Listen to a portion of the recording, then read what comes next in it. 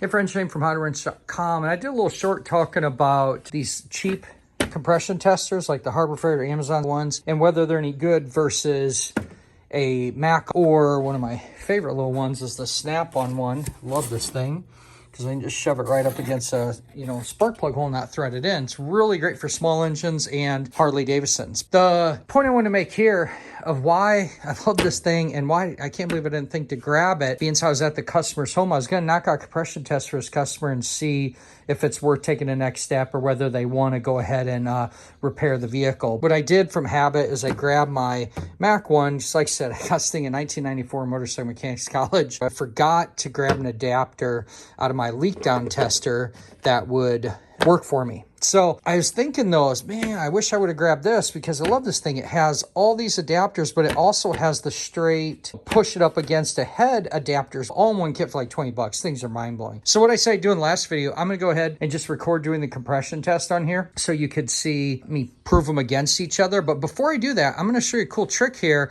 of how we could test the gauges against themselves. You know, the reality of it is this one still calibrated? Who knows, right? But when you're doing a compression test on a vehicle, the reality is we're looking at, does it, make, over 100 PSI? I mean, that's kind of just a rule of thumb for something to run. If I got even a cheap one and I got 175 and I got 172 on this one, that's nothing that we are using that data, that kind of little detail.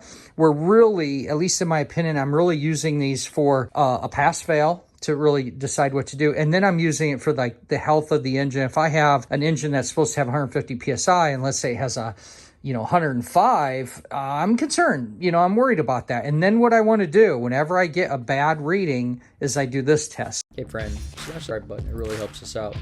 Hundreds of videos and playlists for you. Enjoy the video. All right, before I set the camera stable, we got to go check something here.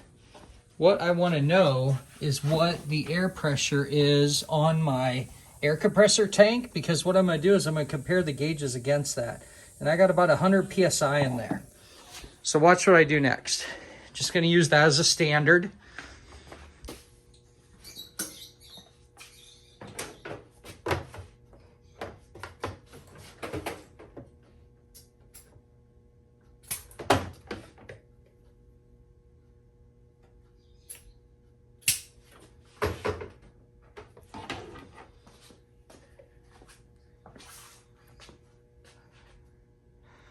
All right, getting about 90, 91. I mean, they're literally reading identical. So either that gauge on my air compressor's a little off or these two are off. The fact that these two read the same makes me think my air compressor's off a little bit. But what I'm doing is really just getting like a baseline. So I'm gonna go ahead and test the motorcycle and see what we have.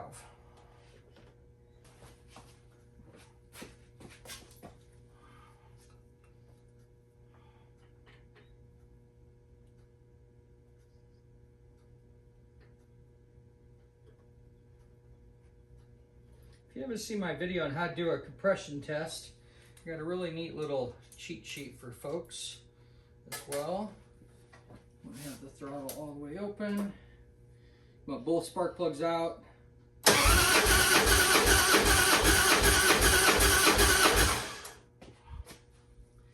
And we've got 152, like 152.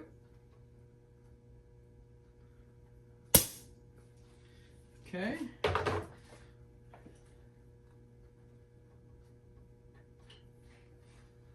Let's do the Harbor Freight.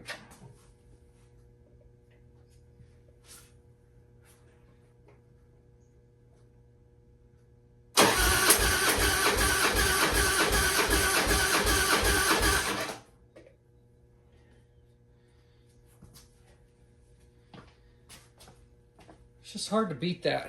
This one, since I didn't have to let the air out, it's, within a PSI of what my Mac one was reading. Let's just compare against a SnapOn, just to show that, since I won't have to bring the camera over. Let's get that one down.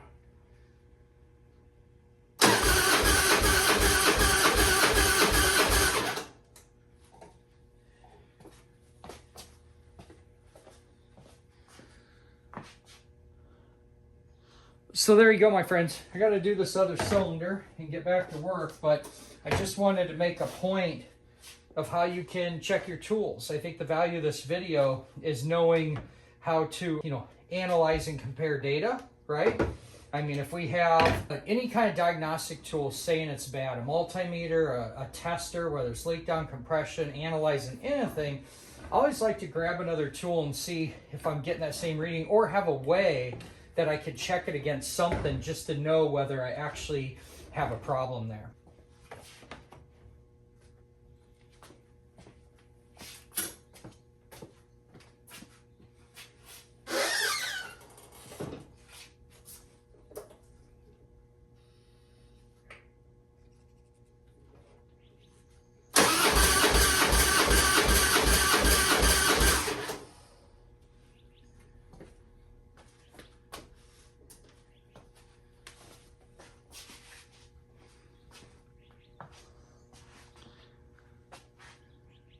Rear cylinder, pretty sweet.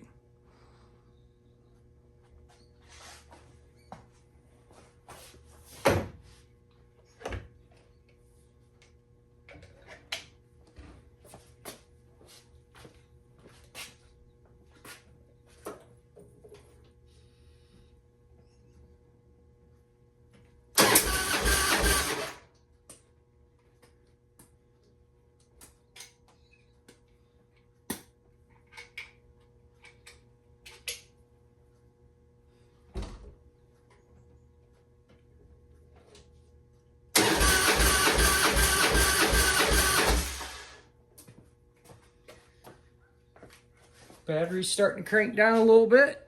Still getting just shy of 150 SI. Not too shabby for the money. Pretty stinking cool.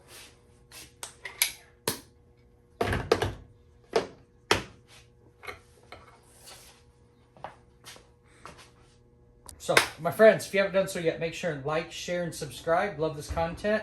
We also have a new channel called Tools to Wrench that is specifically focused on tools that may be a little bit outside the motorcycle industry, but man, we're having a blast with it. So, as always, my friends, like, share, and subscribe. Make it a great day, and keep wrenching.